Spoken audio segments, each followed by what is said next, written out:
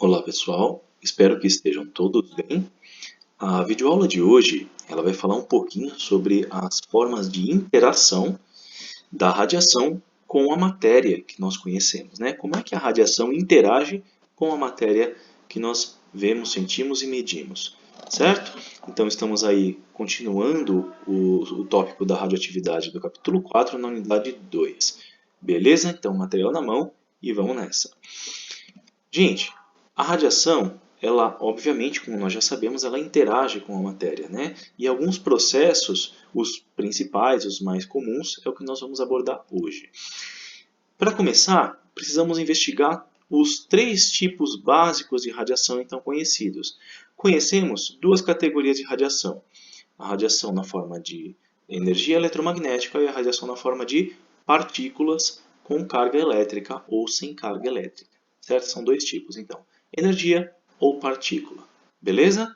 Vamos partir de um experimento realizado por Ernest Rutherford, tá?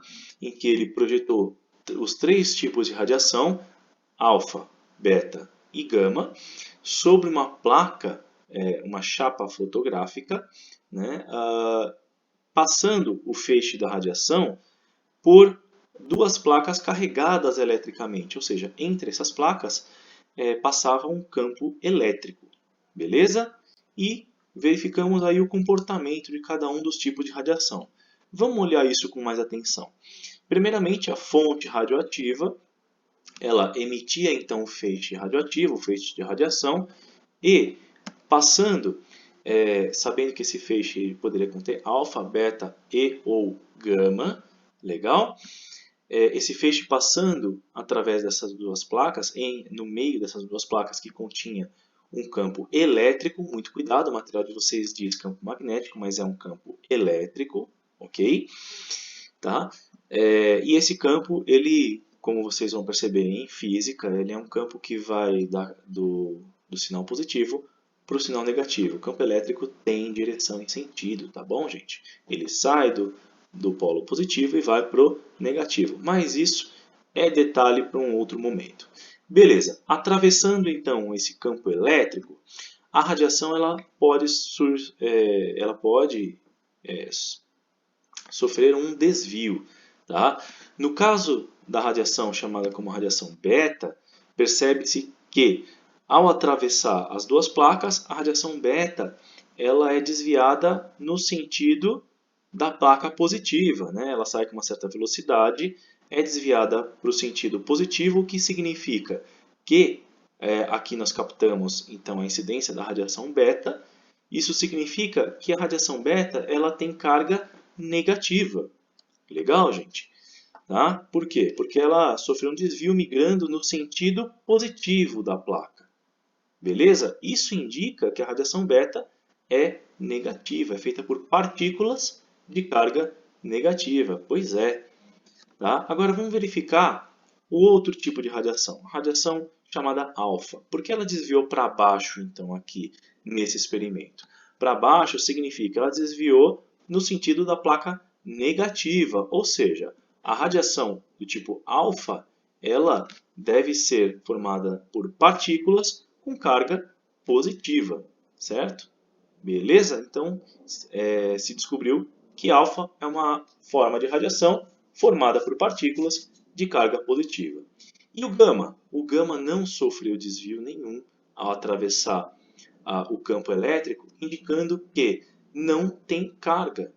Ou seja, gama é uma forma de radiação que, além de não ser constituída de partícula, ela é energia pura, ela é energia eletromagnética, que não tem carga.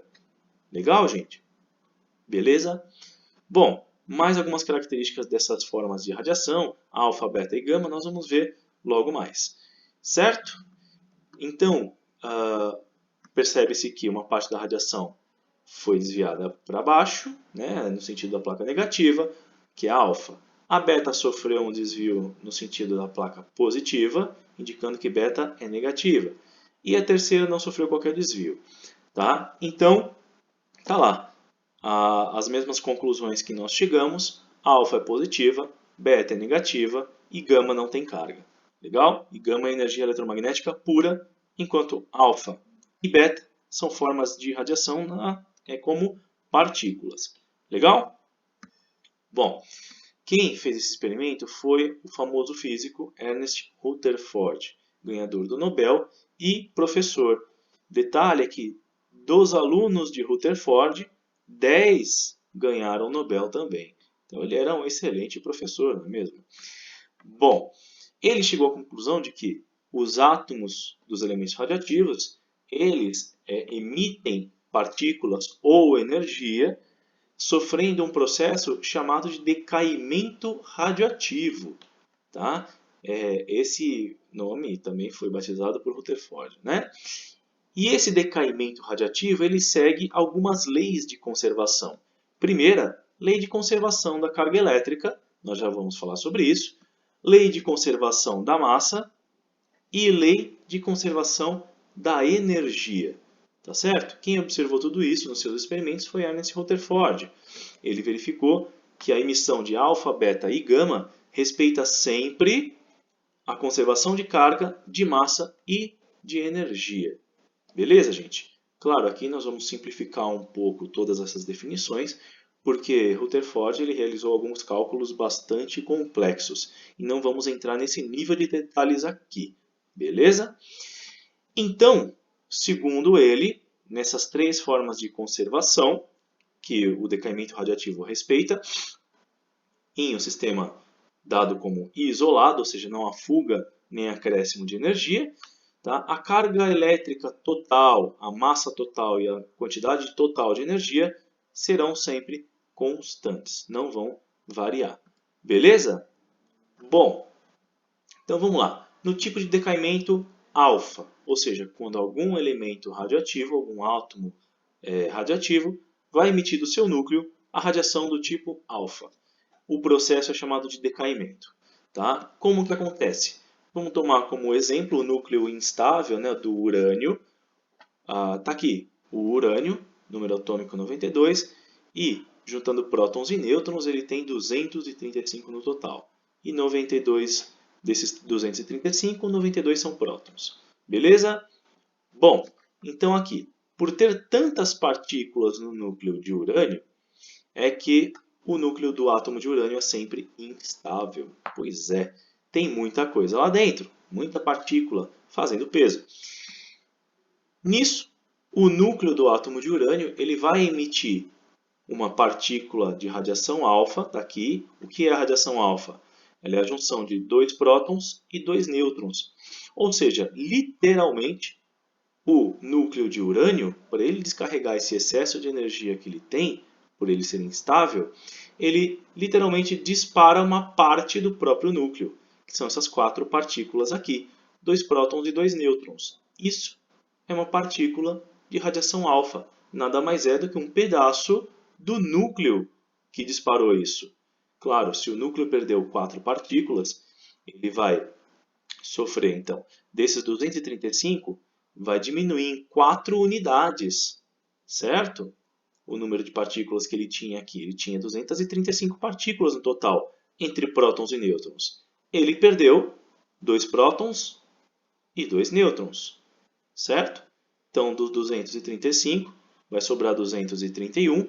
Como dos 92 prótons ele perdeu 2 prótons, então o núcleo que resultou vai ficar só com 90. Está lá. Esse é o núcleo do átomo de tório. Né? Tendo o núcleo de urânio perdido 4 partículas de um total de 235, sobraram 231 partículas. Então, o número de massa do tório é 4 unidades menor do que o número de massa do urânio, e o número atômico do tório é 2 unidades menor do que o do átomo de urânio. Por quê? Perdeu 2 prótons, né? Nessas 4 partículas, 2 são prótons. Então, dos 92, ele perdeu 2 unidades, 2 prótons. Certo? E aqui é uma partícula alfa. Claro, se a gente somar o 4 mais o 231, vai dar 235. Se a gente somar o 2 com o 90, vai dar os 92. Está aí a lei de conservação de massa, certo? Beleza então, gente? Então tá bom. Lei de conservação do que mais? De carga, né? Aqui, 92 cargas positivas. Temos aqui 90 cargas positivas e 2 cargas positivas. Ou seja, nenhuma carga positiva se perdeu. Tá certo? Beleza então, gente? Nada some, nada aparece do nada. E cadê a conservação de energia no processo? Bom, é simples. Quando o núcleo de urânio dispara uma partícula alfa e ele se torna um núcleo de tório, ele se transforma em um outro elemento, certo, gente? Quando ele dispara alfa e vira tório, a alfa é disparada numa direção e o núcleo sofre um recuo na direção oposta, no sentido oposto, perdão. Assim como quando uma arma de fogo dispara o projétil e ela sofre o recuo, né? Aquele tranco para trás. O átomo sofre o mesmo efeito, gente. Legal? Isso é o decaimento alfa. É a emissão de uma partícula alfa por um núcleo instável e, após disparar o alfa, o núcleo se transforma no núcleo de um outro elemento. Beleza? Que naturalmente é um elemento mais leve, menor massa. Agora, gente, vamos lá. O decaimento do tipo alfa, ele pode ser representado, e geralmente é, na forma de uma equação química. Então tá lá, o urânio, com massa, número de massa 235, número atômico 92, ele dispara, ele emite uma partícula de radiação alfa, que é composto de 4 partículas no total, 2 das quais são prótons. Legal? E as outras 2, obviamente, são nêutrons. E o núcleo de urânio se transforma então no núcleo de tório, cuja massa é 231 e cujo número atômico é 90. Beleza? Tá lá. A mesma representação, só que na forma de uma reação nuclear. Certo? Usamos a representação química aqui com os símbolos dos elementos e alfa com o símbolo da letra grega, né? Também podemos representar dessa forma aqui, a mesma reação. Qual que é a diferença? Gente, a partícula alfa, sendo feita de 2 prótons e 2 nêutrons, um total de 4 partículas, ela é idêntica ao núcleo de um átomo de hélio. Certo? Então, também podemos representar assim, como se fosse o elemento hélio. Aqui, esse hélio, ele significa uma partícula de radiação alfa, tá? Porque são idênticas, feitas por 2 prótons e 2 nêutrons. Esse é o núcleo do átomo de hélio. Tranquilo, gente? Ok, né? Então vamos lá. Sobre a capacidade de penetração da radiação alfa, ela consegue atravessar muitos materiais? A resposta é que não. Tá? Feita por 4 partículas, a partícula alfa, 4 partículas, 2 prótons e 2 nêutrons, né? A partícula toda da radiação alfa, ela é relativamente grande. Tá? Então ela vai colidindo com tudo e o resultado é que ela vai desacelerando e não consegue penetrar muitos materiais. Então apenas uma folha de papel é o suficiente para barrar, para bloquear o caminho de uma partícula de radiação alfa.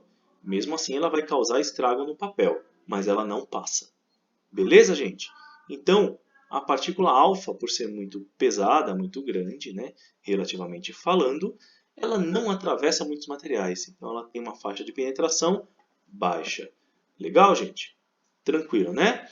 Vamos falar agora sobre o decaimento beta. O que é o decaimento beta?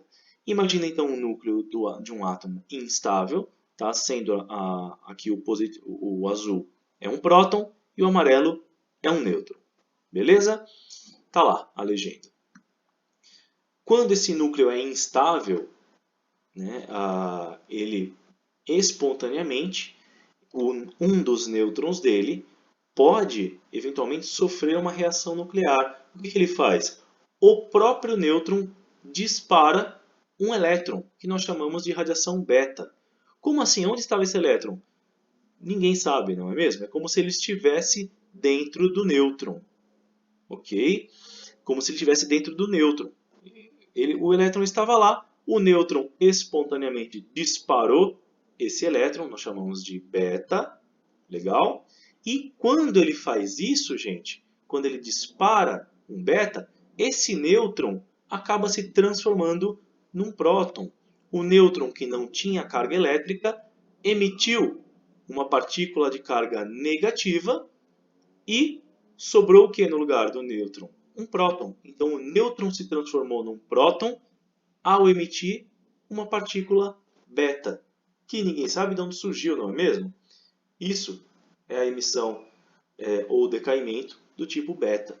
Tá certo? É uma partícula de carga negativa, é um elétron, para todos os fins é um elétron, certo? Só que ele teve origem no núcleo. Ele foi disparado por um nêutron, beleza? Que deveria ter um elétron lá no bolso, vai saber, não é mesmo? Bom, então, essa é a reação espontânea que esse nêutron sofre. Esse nêutron, ele simplesmente se transforma num próton ao disparar um elétron, tá? Só que esse elétron a gente chama de beta, já que a origem dele foi no núcleo do átomo. Chamamos esse elétron de beta, é uma forma de radiação. E também, quando esse processo acontece, nós dizemos que o nêutron ele emitiu um beta e um neutrino. O neutrino é uma partícula bem menor do que o próprio elétron e não tem carga. Tá certo, gente? Mas o neutrino não deve nos preocupar no momento. Ele dificilmente vai ser cobrado de vocês no vestibular ou no Enem. Tranquilo, gente? Isso aqui vale mais a critério de curiosidade. Certo? Então a reação, de forma simplificada, é o nêutron se transforma num próton, o nêutron não tinha carga, ele adquire carga positiva, disparando um elétron que tem carga negativa e um neutrino que não tem carga. Certo?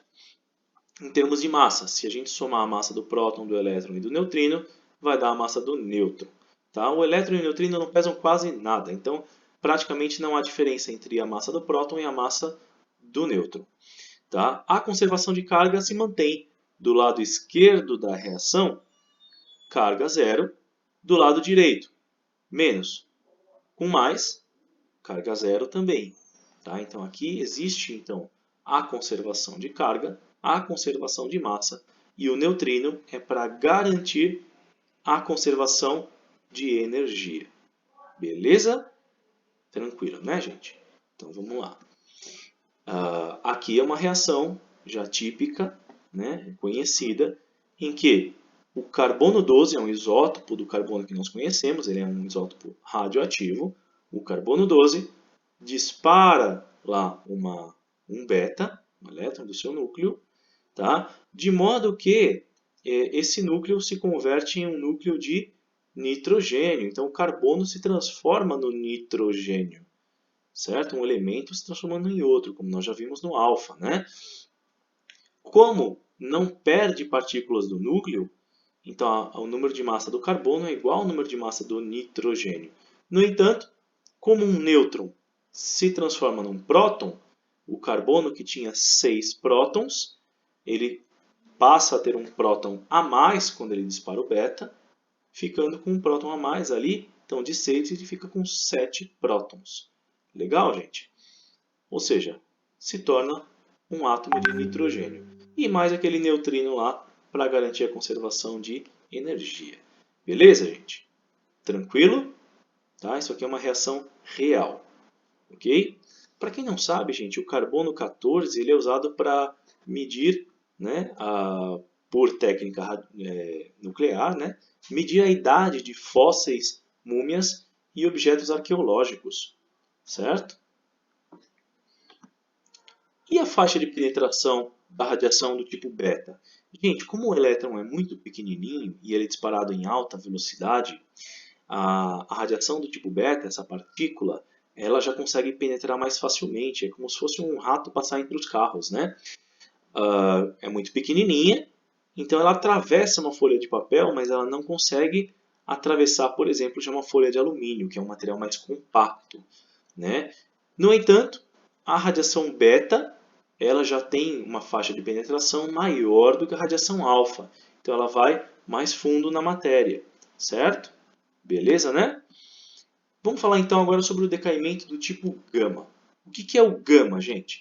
Para começar, cabe lembrar que, aqui eu estou usando como exemplo o plutônio, tá? Pu, e nós representamos o plutônio, dizemos que o seu núcleo está num estado excitado, ou seja, no estado instável, certo? Prestes a disparar um raio gama.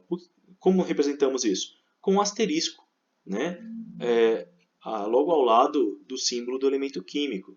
Legal? Então o plutônio prestes a disparar, ele está num estado instável, num estado excitado, o núcleo de plutônio. Significa que ele vai descarregar um excesso de energia e nesse caso vai ser na forma de gama. O que é isso? O plutônio ele descarregando essa energia excedente, né, que deixa ele instável, ele dispara então um fóton de raio gama, tá? Ou seja, energia eletromagnética pura, não é partícula, certo? Ou seja, as mesmas partículas, prótons e nêutrons que tinha antes, continuam tendo depois. Um próton não vira nêutron, um nêutron não vira próton, nenhuma mudança nesse sentido acontece. Simplesmente a energia excedente do núcleo instável é disparada na forma de raio gama, certo? E o núcleo passa a adquirir um pouco mais de estabilidade. Ok, gente? Isso é o gama. Tá? E a faixa de penetração do gama? Muito maior do que alfa e beta. Certo? O gama é uma forma de energia eletromagnética de alta intensidade energética. Pois é. Então atravessa a folha de papel, atravessa um papel alumínio e só é bloqueada por material de chumbo ou alguns outros elementos de grande espessura. Tá certo? Por isso, normalmente em instalações nucleares, devido à alta radioatividade, usa-se barreiras de chumbo, né? São barreiras espessas de chumbo para conter a radiação gama emitida pelos elementos radioativos. Beleza? Então a faixa de penetração do gama é a mais elevada dentre as três formas de alfa, beta e gama. Beleza? Certo, gente? Espero que tenham entendido então esse conceito. Nós vamos praticar com alguns exercícios em seguida. Até a próxima videoaula e que a força esteja com vocês. Abração a todos, pessoal. Até mais.